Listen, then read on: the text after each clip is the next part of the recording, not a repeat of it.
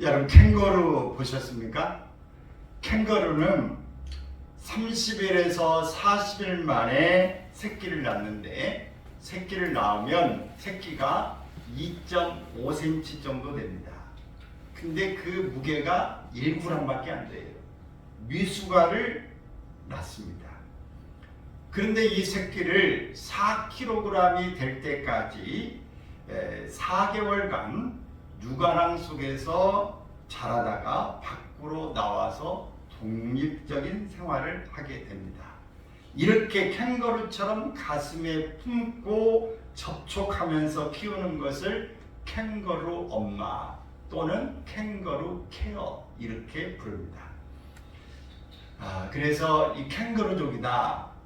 청년이 되었는데도 집에서 부모 곁을 안 떠나고 그 붙어서 이렇게 사는 사람을 캥거루족이다 이렇게 부르기도 합니다. 2010년 호주에 사는 데이비드의 아내 케이티라고 하는 사람이 임신 7개월 만에 이란성 쌍둥이를 출산했습니다. 일란성은 아들이면 아들, 딸이면 딸 이렇게 낳는 것이고 이란성은 아들 하나, 딸 하나 이렇게 낳는 것을 말합니다. 근데 이 의사는 딸은 건강한데 아들이 호흡곤란을 느끼다가 죽었다고 전해줍니다. 이에 케이티 엄마는 한 번만 그 아이를 안아보게 해달라고 요청합니다. 그래서 그 죽은 아이를 엄마는 품에 안고 이별의 인사 대신에 그의 가슴에 체온을 안겨주고 계속해서 2시간 동안 속삭입니다. 속삭이면서 마지막으로 사랑한다, 사랑한다 그러면서 그 이마에 키스를 하고 이 죽은 아이를 자신의 옛 젖꼭지에 아이를 젖을 이렇게 물립니다. 물리는데 희한한 일이 발생했어요. 아이가 꿈틀거리기 시작하더니 숨을 쉬고 살아난 것입니다. 그래서 이것을 가리켜서 캥거루 케어로 엄마 품에서 다시 살아나는 아기라고 하면서 이 의사들이 기자들이 와서 질문을 합니다. 어떻게 이 아이가 살아나게 됐습니까? 그럴 때 나는 이 아이를 만나보고 싶었고 만져보고 싶었고 부모가 누구인지 알려주고 싶었습니다 라는 말을 했습니다. 이렇게 엄마의 이 사랑은 지성이면 감천이라. 저는 이것이 하나님께서 그 엄마의 그 사랑을 보고 다시 생명을 살려주신 것이라고 생각합니다. 우리 예수님께서 이 죽은 청년과 12살 먹은 아이를 죽은 자도 살려내시고 또 이 나사로 청년도 살려내시는 이 기적의 사건을 보신 것처럼 이 엄마의 사랑은 바로 하나님의 사랑과 동등한 만큼 정말 귀한 사랑을 가지고 있기 때문에 능력이 나타난다라고 하는 이 사실입니다. 그래서 이렇게 사랑은 놀라운 능력을 보이는데 오늘 본문에 소개되고 있는 한 여인은 자신의 딸이 귀신이 들렸어요. 여러분 귀신 들린 사람 보셨습니까? 귀신 들린 사람은 정신이 없어요. 그리 정말 힘듭니다. 그때의 이 엄마는 그 가정 상황이 어떻게 되는지 모르지만 그 동네에서 주변의 사람에게 얼마나 따가운 눈총을 받으며 살았겠습니까? 그래도 그의 딸이기 때문에 포기하지 못하고 사랑하는 마음으로 어떻게 이 아이를 정상적으로 어떻게 하면 행복하게 어떻게 하면 이 아이를 고칠 수 있을까를 고민하면서 수없는 세월을 살았을 것입니다. 그러다가 예수님의 손을 잡고 예수님께 다가왔어요. 그래서 예수님 앞에 나와서 이 아이를 고쳐달라고 이런 사정을 이야기하는 것입니다. 여러분 집에 우리가 영화로도 소개되고 있지만은 그 자폐증 그 환자들이 있으면 어떻습니까? 자폐증 앓고 있으면 막 이 집중력이 떨어지고 소리를 지르고 막 우당탕방에 다니고 하는 걸 통해서 부모들은 걷잡을 수 없는 그런 슬픔과 함께 밖에 돌아다니는 것도 힘들어하죠. 이 또 여러 이 장애를 가지고 있는 자녀들만 해도 주변의 시선이 지금은 많이 그래도 낫지만 그 나갔고 데리고 다닌다는 것이 힘든 그런 상황인데 지금도 그렇거늘 그 당시에 훨씬 더 심각한 이 귀신 들린 딸을 둔 엄마의 심정은 어땠을까?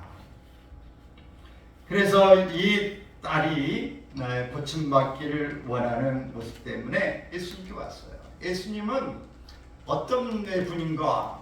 우리 성경은 요한복음 10장 10절에 이렇게 말하고 있어요. 도적이 오는 것은 도적질을 하고 또 죽이고 결국 멸망시키려고 하는 것이다. 그러나 예수님이 오신 것은 생명을 얻게 하고 생명을 주고 더 풍성함을 누리게 하기 위한 것이 예수님의 목적이다. 이렇게 말씀을 하신 것이죠. 귀신 들린 사람도 예수님 앞에 오면은 고침받을 수 있는 길이 열린 것을 보여주는 것입니다. 근데 귀신 들렸다고 하는 것을 우리는 아무리 과학이 발달되고 그랬지만 지금 엑스를 찍어도 나오지 않습니다. 혈액 검사를 해봐도 나오지 않아요. 소변 검사를 해도 귀신 들렸다는 것은 나타나지를 않습니다. 그러니 이게 치료 방법이 없는 것이죠.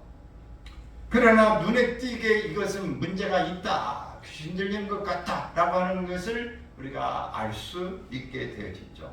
마가복음 5장에 보면 이 거라사 지방에 귀신 들린 한 사람을 소개하고 있습니다.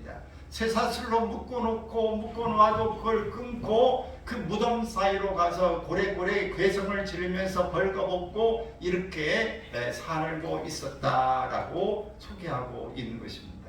그러면서 예수님이 이 거라사 지방에 와서 다가가자 그는 이렇게 이야기합니다.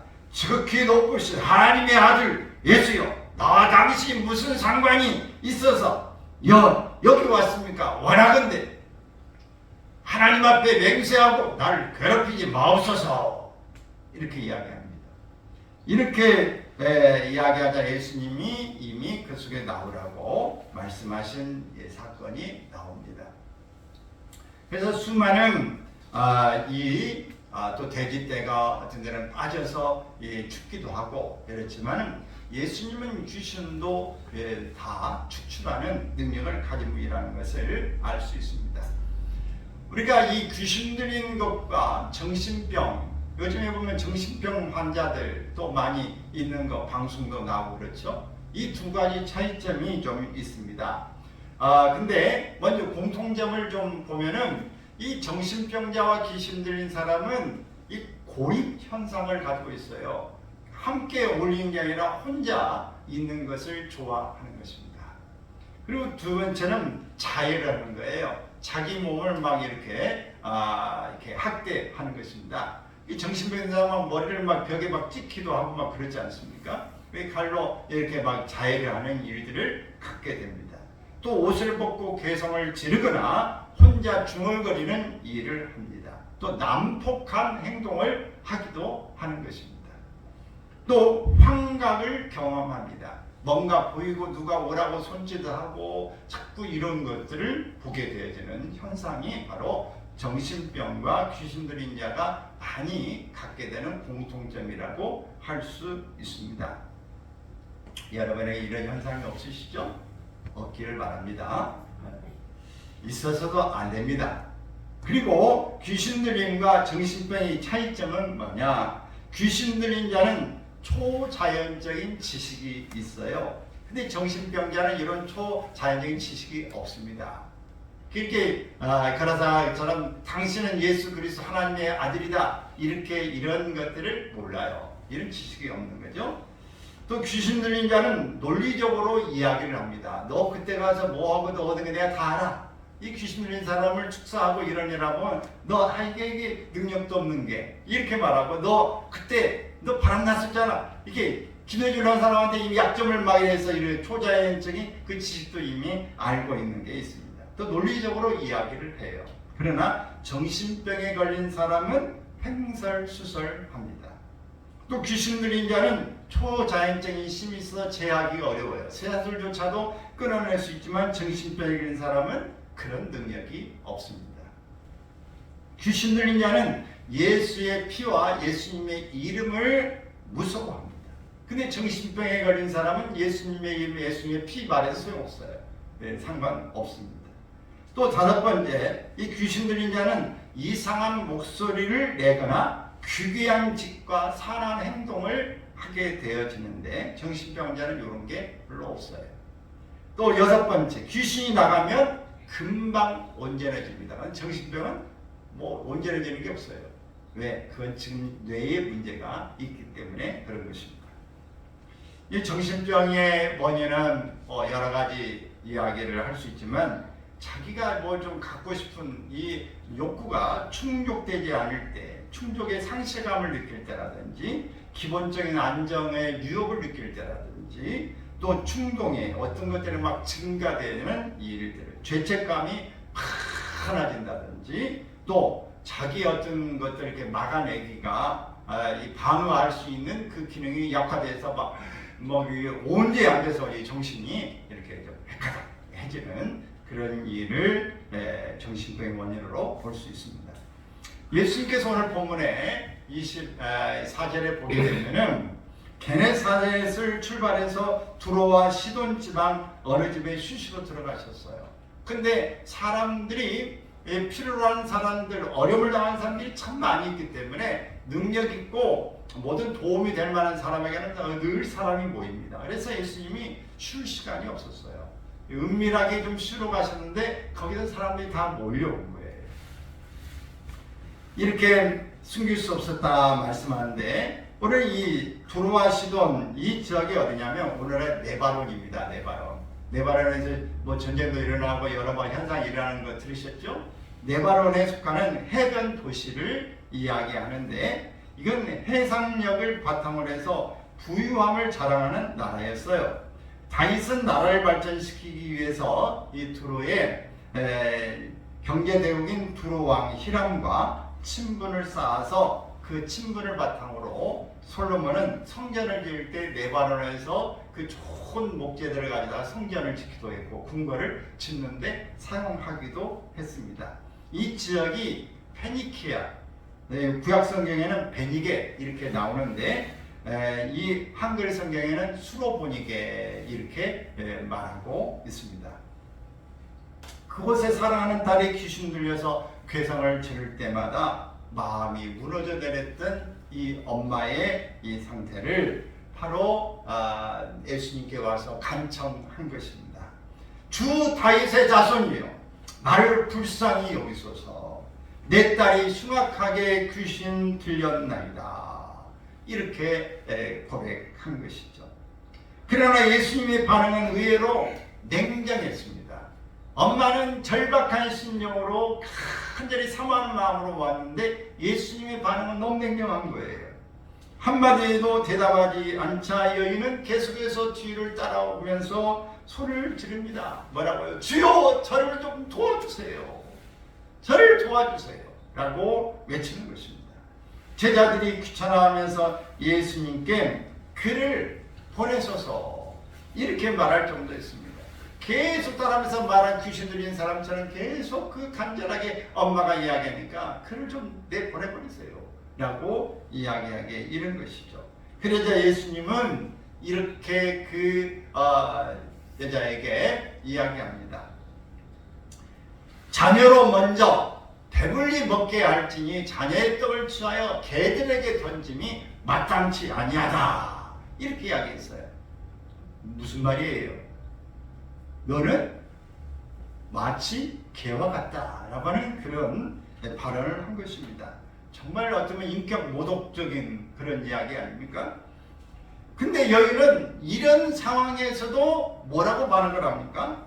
옳은 말씀입니다. 그렇게 이야기했어요. 그렇지만 상 밑에 있는 이 강아지도 아이들이 흘린 부스러기를 먹지 않습니까? 저도 그 부스러기라도 얻어먹을 그런 은혜를 주십시오 라고 이렇게 간청을 하는 것입니다. 여기서 우리가 강아지가 흘린 이 음식을 얻어먹는다는 것은 유대인들의 식사 풍습에서 이해해 볼 수 있습니다.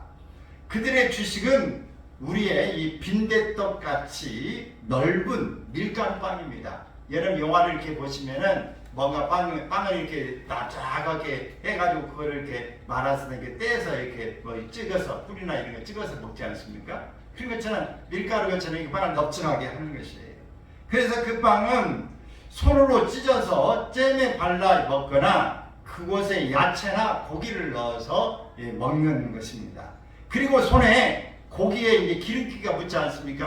허락하는 게 기름기가 묻으면은 우리는 뭘로 닦습니까? 손에 기름이 묻으면 손을 씻거나 아니면 냅킨이나 물로 이렇게 닦지 않습니까? 근데 거기에 냅킨이 없으니까 거기에 이 빵 조안에 남아있는 것에 손에 기름기를 이렇게 닦습니다. 이렇게 묻어서 남은 것을 묻혀가지고 그냥 이게 뚝 던지면 강아지가 주워 먹는 것입니다. 그러니까 이렇게 그 강아지 개념이 거기에 있는 거예요. 그 아이들이 주인의 상에 떨어지는 것을 아이들이 이렇게 던질 때 그것을 강아지도 주워 먹는데 그런 은혜라도 부스러기 은혜라도 내게 주십시오 라고 말하는 것입니다. 이 여인이 개죽음을 당하면서도 자기 딸을 고쳐달라고 하자 예수님은 이 여인의 믿음을 칭찬하셨습니다. 예수님이 이렇게 인격을 모독하는 의도는 바로 여기에 있는 것이죠. 네가 그래도 끝까지 정말 절박한 마음을 가지고 있는지, 또 예수님이 아시고 이것을 많은 사람을 우리에게 교훈하시기 위한 하나의 스토리를 만들어 내셨다고 볼 수 있습니다. 예수님은 이렇게 답변하셨습니다. 그래, 훌륭하다. 내가 내 어린 딸을 고쳐주겠다. 네가 이런 말을 했으니 내가 내 딸을 고쳐주겠다. 집으로 돌아가라. 귀신이 벌써 내 딸에게서 떠나갔다. 그 여자가 집에 돌아가 보니 어린 딸이 조용히 이 침상에 누워 있었습니다. 그 귀신은 이미 나갔다 그랬습니다. 예수님은 오늘 여러분 예수님의 이름은 능력이 있어요. 하나님의 이 능력은 대단합니다. 제가 여러분에게 말씀하시지만은 요즘에는 뭐 그런 일이 드뭅니다만 예전에는 이렇게 전화로 상담도 오고 그러면 전화로 기도하면서 병도 낫고 막 악한 것들이 이렇게 발동할 때 옆에서 그러면 기도하고 그러면 이렇게 잠잠해지기도 하고 또 아픈 것이 전화로 기도하지만 낫기도 하고 그런 현상들이 일어났어요. 물론 중보기도 해도 그런 일이 일어날 수 있죠. 그런데 그렇게 중보기도를 해서 일어난다면 그것은 실제로 자기가 느끼기 어렵겠죠. 그렇기 때문에 하나님은 이렇게 접촉을 통해서든지 말을 통해서든지 이런 기적을 통해서 하나님의 살아계심을 보여주시는 그런 일을 펼쳐 주시는 것입니다. 바로 예수님은 이 여인의 올 때 내가 옳도다. 내 믿음이 내 딸을 다 낫게 했다고 하는 이런 말씀과 함께 그때 떠나간 거예요. 백부장의 이 하인의 이야기도 역시 성경에 마찬가지입니다.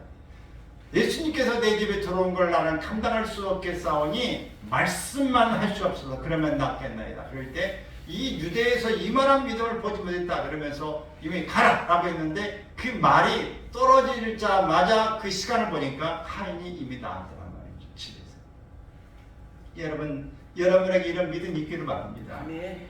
믿음이 있고 집 앞에서 이것을 가지고 나아오는 자는 지금도 얼마든지 기적은 일어나는 것입니다. 하나님 앞에서 뭘 하나님을 인정하는 만큼 오늘 하나님과 관계가 여러분 친밀해진 만큼 하나님의 기적이 여러분에게 임한다는 사실을 믿으시길 바랍니다. 본문에 이 수로보딩의 여인에게서 몇 가지 배워야 할 교훈을 정리해보면 먼저는 개축을 받으면서도 적극적으로 주님께 매달리는 믿음을 가졌다고 하는 것이죠. 적극적인 믿음. 이게 중요합니다. 우리는 어떤 일을 이렇게 하고자 할 때 적극성이 필요한 거예요. 적극성이 없으면 모든 일에 성과를 내기가 어렵습니다. 어떤 일에도 여러분이 와서 반드시 그렇게 하길 바랍니다. 제가 어떤 데 이제 면접을 가고 난 다음에 면접을 이제 마치고 이 면접관들이 마지막으로 할 말이 있습니까? 그랬을 때 다른 사람 가만히 있는 저만 그랬어요. 꼭 일하고 싶습니다. 합격시켜주면 고맙겠습니다. 그렇게 나왔어요. 그리고 이제 그것 때문에 그런지 모르지만 합격을 했어요. 여러분 뭐든지 적극적으로 여러분이 매달리는 그 믿음이 있기를 바랍니다. 하나님 앞에서 사람 앞에서나 그 의지와 결단, 그 단호하게 나는 죽으면 죽으리라고 하는 이런 마음을 가진 사람에게 오늘 하나님은 저 사람 뭐 할 수 있겠다, 이런 가능성을 보는 겁니다. 열정을 가진 자에게 어떤 일을 시키지, 그냥 술에 술 타는 듯 물에 물 타는 듯 이런 사람 하면 좋고 안 하면 말고 뭐 이런 것은 저 사람은 뭐 확실하게 정말 확실한 마음을 가지고 있지 않구나 라고 하는 마음을 갖게 되는 것입니다. 여러분, 중풍병자를 메고 온 이 4명의 이 사람도 역시 그 중풍병자 친구를 하나 살리기 위해서 4사람이 그 침상채 이렇게 들고 왔어요. 그래서 사람들이 많았어요. 그래서 지붕을 뚫고 그것을 다 끌어 매달아 가지고 침상을 예수님에게 달아내렸더니 그들의 믿음을 보시고 그들을 고쳐주었다, 이렇게 말씀하시는 것입니다. 12년 동안이나 피를 쏟아낸 혈류증 여인도 예수님의 옷자락이라도 만지면 내가 낫겠다는 믿음을 가지고 적극적으로 갈 때에 그 혈류증이 고침을 받았다고 말씀합니다. 여러분, 이런 적극적인 믿음으로 우리가 매달려 가기를 바랍니다.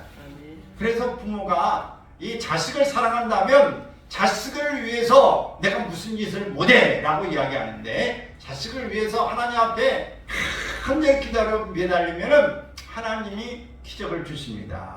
할렐루야. 그것이 지금 이루어지든 나중에 이루어지든 간에 반드시 이루어진다고 하는 것은 확실한 사건인 것입니다. 원래 우리가 하나님 앞에서 이런 믿음을 가지고 나가기를 바랍니다. 할렐루야. 우리는 어떤 절망의 자리에서 물러나지 말고 적극적으로 끝까지 우리의 절대 믿음으로 나가시기를 바랍니다. 또 여인은 불쏘르기 은혜라도 사모하는 간절한 마음이 있었어요. 간절하다.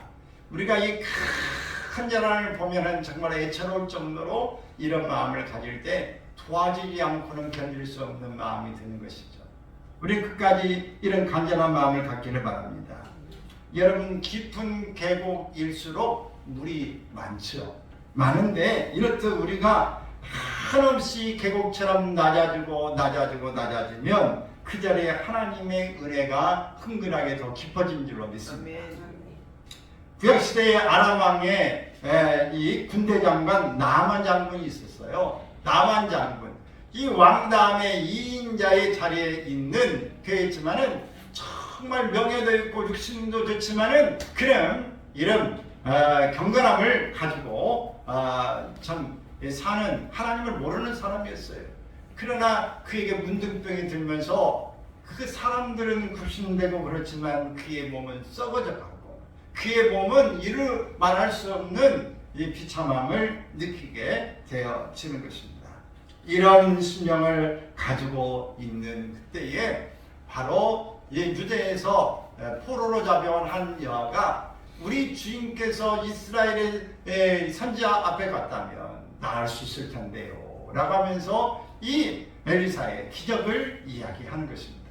그래서 이는 왕에게 서신을 적어달라고 해서 이 이스라엘 왕에게 가지고 갑니다. 그럴 때 그냥 가는 게 아니라 선물을 가지고 가요. 어떤 선물을 가져가느냐, 은 10달란트, 또 금 6,000개, 의복 10번, 어마어마하게 이제 왕도 신임하고 있기 때문에 또 이 장군도 돈이 있고 그렇기 때문에 그걸 다 준비해서 왕의 소찰까지 얼마나 사랑받은 걸 알겠죠. 이렇게 다 준비해 갔습니다. 왕 앞에 갔더니 왕이 내가 무슨 능력이 있고 내가 무슨 하나님이간데 이렇게 나에게 고쳐달라고 하느냐, 이 빌미를 해서 이 나라에 쳐주려고 하는 그 일이다 라고 생각하고 정말 두려워 떨었습니다. 이 이야기를 들은 엘리사가 그를 내게로 보내셔서 그랬습니다. 그래서 이 아람 장군과 많은 일행들은 엘리사에게 갔어요. 그러면 자기가 이렇게 왕에게 서신도 많은 선물을 가지고 이렇게 그 모습으로 왔기 때문에 와서 애를 깎듯이 갖추고 가서 어디서 오셨습니까? 그러면 앉아가지고 손을 막 흔들면서 손을 대고 기도해 줄 줄 알았는데, 아니 문제박대 하는 것처럼 나 보지도 않고 저 요단강에 7번 들어갔다 나오세요 라고 이야기하는 거예요. 기분이 나빠가지고 우리 이 담에색에 가보면 이보다 훨씬 맑은 물이 요단강보다 그 얼마나 있는데 내가 거기에 들어가지고 왜 여기까지 와서 물에 들어가냐 라고 기분이 나빠 돌아가려고 할 때 신하가 아니 지금 다른 게 아니라 나를 하고 낳는 일에 대한 말을 하고 있는 거 아닙니까? 다른 일을 해야 될 텐데 아니 물에 들어갔다 나오라는데 뭐 그걸 그러십니까? 들어가시죠. 그래서 그걸 순종하고 7번 들어갔다 왔더니 살이 어린아이와 살같이 바뀌었더라. 할렐루야. 아멘. 여러분 순종하고 겸손하는 것이 기적을 일으킵니다. 겸손해야 되는 거예요. 이럴 때에 놀라운 일이 생겨났어요. 여러분 하나님 앞에 우리는 늘 겸손함을 가지고 나가기를 바랍니다. 그래서 시편 7절에 보면 하나님은 겸손한 자의 소원을 들으시고 은혜를 베풀어 주신다 그랬어요. 또 잠언 22장 4절에 보면은 겸손과 여호와의 경외함을 보상은 무엇과 보다? 재물과 영광과 생명이니라 그랬어요. 여러분 오늘 우리가 하나님 앞에 겸손하게 최선을 다해서 간절함으로 이렇게 살기를 바랍니다. 아멘. 이 두레 교회의 김준홍 목사님 혹시 여러분 들어보셨나요? 연세가 이제 많이 드셨는데 그분은 목사님이지만은 두레 마을에서 또 공동체 생활도 하고 또 정치도 이런 부분도 식견이 아주 넓은 분이에요. 근데 이런 고등학교 때 그분이 가출을 해가지고 1년 남짓 바늘 장사를 했답니다. 바늘 장사를 이렇게 했는데 바늘 장사를 하다가 낙동강이 물이 막 범람 이렇게 하면서 죽을 위기를 경험하면서 돌이켜서 집으로 돌아가서 어머니 앞에 어머님 제가 잘못했습니다. 제가 다시는 이렇게 나가지 않겠습니다. 라고 이렇게 용서를 구하고 어머니에게 어머니 내가 공부를 다시 시작해야 되겠습니다. 그러니 책을 살 돈을 좀 주세요. 그러니까 어머니가 알았다. 내가 저녁까지 내 돈을 주겠다. 그랬어요. 그러고는 엄마가 이제 그 아침에 이야기를 듣고는 하루 종일 집에 안 들어오시는 거예요. 그래서 밤 9시쯤에 이게 들어오셨어요. 밤 9시쯤에 들어왔는데 돈을 이제 저쯤에 자 이걸 책을 사거라. 이제 그랬는데 엄마가 이제 저녁에 밤 9시나 들어가시고 주무시는데 머리에 수건을 이렇게 쓰고 주무시는 거예요. 그래서 왜 수건을 이렇게 쓰고 주무시나? 살짝 아들이 가서 머리를 보니까 머리가 다 잘랐어요. 그러니까 낮에 돈을 빌리러 이제 구하러 다녀봤는데 돈 구할 데가 없어서 머리를 잘라가지고 아들의 이 책을 살 돈을 준 겁니다. 이걸 보고 아들이 그 어머니의 사랑에 너무 감사해서 영어책을 사가지고 영어책을 7번을 그냥 계속 독파한 거예요. 그래서 좋은 대학에 들어가게 되어집니다. 그는 그 사랑의 감동을 먹고 공부 안 할 수가 없어서 그는 열심히 공부하면서 훌륭한 그런 사람이 되게 되어진 것입니다. 여러분 이 세상에 어떤 힘보다도 사랑의 힘은 위대합니다. 이 사랑을 받으면 나도 할 수 없는 힘이 생겨나와서 열심히 살게 되고 또 새로운 사람으로 변화되게 됩니다. 그래서 사랑은 많이 받아야 되는 것이에요. 그래서 하나님께도 여러분 사랑을 많이 받기를 바라고 많은 사람들에게도 사랑을 받을 수 있기를 바랍니다. 할렐루야. 아멘. 그 부모님은 특별히 어머니는 위대한 거예요. 따라서 여자는 약하지만 엄마는 위대하다. 엄마는 위대하다. 이야기 많이 듣지 않습니까? 이렇게 위대한 거예요. 여러분 저도 대학원에 이제 진학을 하게 되는데 제가 이제 신학교 이제 졸업하고 교회에 전사로 있는데 전사의 월급이 그 당시에 30만 원 받았어요. 30만 원 받았으니까 그걸로 뭐 11조 교회 헌금하면 절반 정도는 헌금하고 30만 원 받아도 이제 뭐 11조 감사헌금 뭐 전사니까 또 헌금해야 되잖아요. 그래서 또 이제 사회관 돈 좀 쓰고 교통비하고 아까 보면 돈 남은 게 어디 얼마나 있어요. 그거 가지고 대학원 가려는 돈이 안 돼. 그러니까 이제 누나가 이제 관리를 이렇게 하면서 근데 좀 보탰지만 돈이 부족하니까 나중에 어머니가 반지를 이렇게 빼서 반지를 팔아서 등록금을 보탰다고 그래요. 나중에 듣고 얼마나 미안한지 지금도 그것이 마음에 걸려요. 한 번도 제대로 대접도 못하고 용돈도 드리도 못하고 그랬는데 반지를 팔아서 학교를 갈 때 도움을 받았다는 것이 늘 마음에 걸립니다. 근데 여러분, 오늘 우리가 그 사랑 때문에 오늘 내가 더 열심히 살아야 되겠다는 생각을 갖게 되어지는 것이죠. 여러분, 오늘 우리는 늘 부모님의 이 사랑이 하나의 수로보니의 여인처럼 간절한 이 마음으로 자녀를 살려내야 되겠다, 고쳐야 되겠다는 이 마음 때문에 그 딸이 고침받았다는 사실을 기억할 수 있기를 바랍니다. 아멘. 할렐루야. 아멘. 또 우리 수로보니의 여인의 포기하지 않는 믿음을 배워야 합니다. 포기하지 않는 믿음. 여인의 믿음은 간절했어요. 자신이 비록 이방인이요, 그래서 하나님을 나의 아버지라고 부를 수는 없었지만 딸이 귀신 들려 발작하는 안타까운 모습을 지켜보고만 있을 수는 없어서 예수님을 찾아온 것입니다. 내 자식이 남과 다른 행동을 하면 부모의 마음은 찢어집니다. 여러분, 2022년 중국 베이징 올림픽이 있었어요. 그때 입장식 때 2m가 넘는 이 농구 스타 야오밍이라고 하는 이 사람과 같이 이 선도에서 입장하는 작은 소년이 화제가 됐어요. 근데 이 인물은 뭐냐? 사천성의 강도 7.1, 우리나라는 7.1 온 적이 없죠? 7.1의 지진으로 무려 4만 명이 죽었어요. 이 강도, 4만 명이 죽을 때 극적으로 살아나는 아기였습니다. 건물 잔해더미에 갇힌 어린 아기는 엄마의 품에 있었어요. 그래서 이 엎드린 자세로 엎드려서 이렇게 절하듯 이렇게 해서 이렇게 하면서 아이를 품에 이렇게 안고 아이가 충격을 받지 않도록 이렇게 엎드려서 이렇게 절하듯 하면서 움츠려서 몸무게 이 지진에 그것을 통증을 어떤 거 와도 엄마가 받아내겠다, 이런 마음이었죠.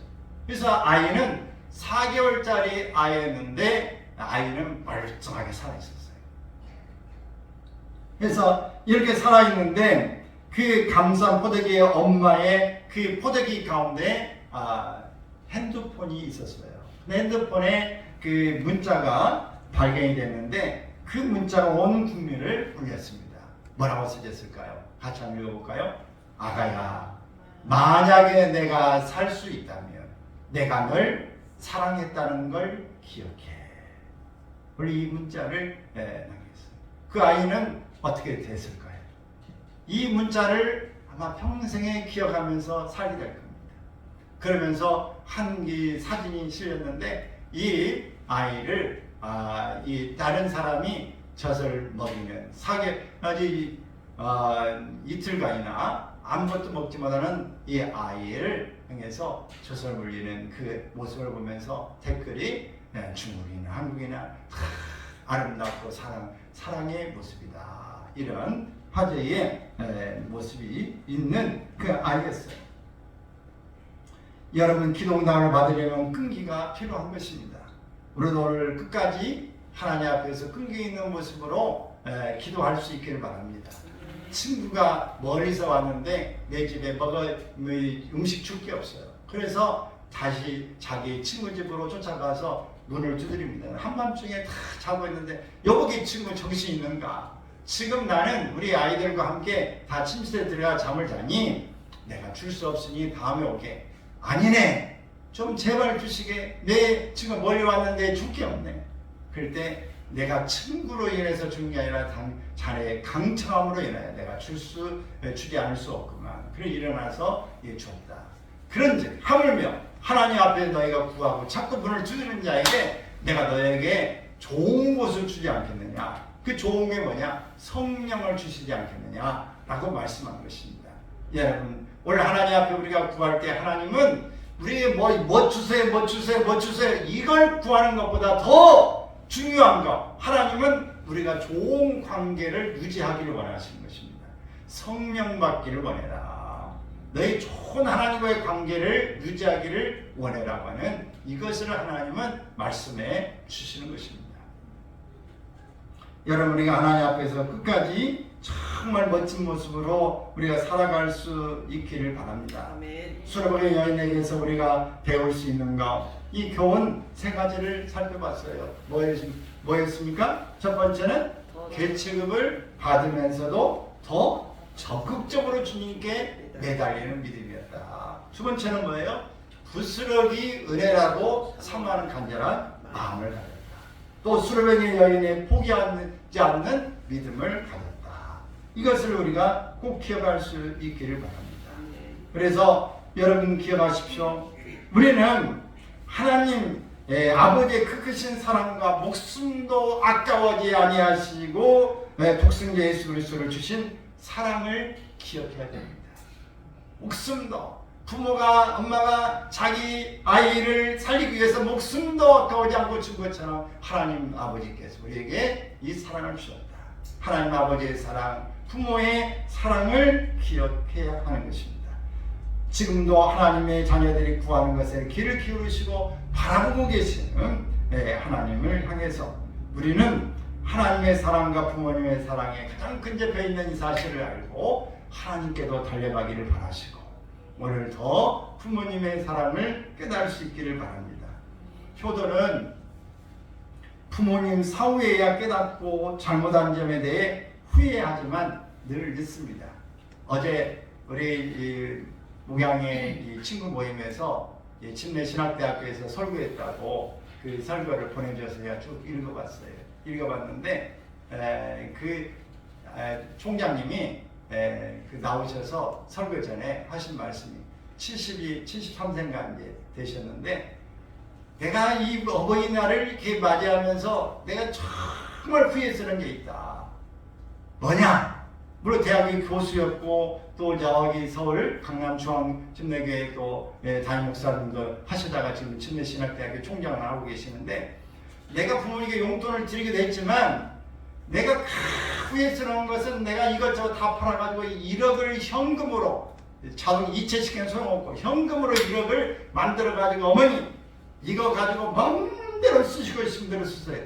그 1억을 현금으로 드리지 못한 게 지금도 너무너무 걸린다. 그런 이야기를 하시면서 그 전화하는 사람은 전화 하나도 없고 꼭 좀 사랑한다고 말해라. 그런 이야기를 하는 걸 들었어요. 여러분, 오늘 우리가 이게 나이가 먹어도 이 부모님에 대한 것을 죽고 난 다음에 사후에 후회하게 되는데, 여러분 오늘 우리는 어찌 보면 인생이 비슷한 것 같아요. 그 젊을 때는 몰라.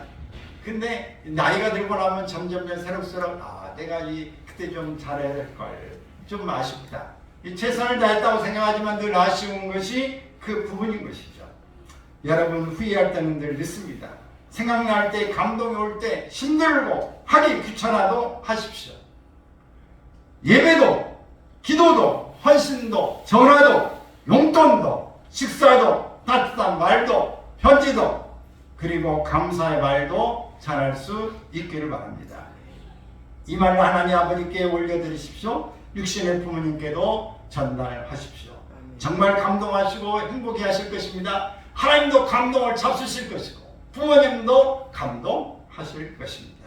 이렇게 하면 여러분에게 더 큰 평안과 위로와 행복이 되돌아올 줄로 믿습니다. 오늘 우리에게 주시는 말씀에서 어머니의 간절한 딸을 위한 사랑의 시선을 요약한다면 오늘 한 가지 이야기입니다. 오늘 본문이 아니에요? 여러분, 지진에서도 죽어가면 마지막으로 남긴 말처럼 이 한마디가 여러분 기억되길 바라요. 시작. 아가야, 만약에 내가 살 수 있다면 내가 너를 사랑했다는 걸 기억해.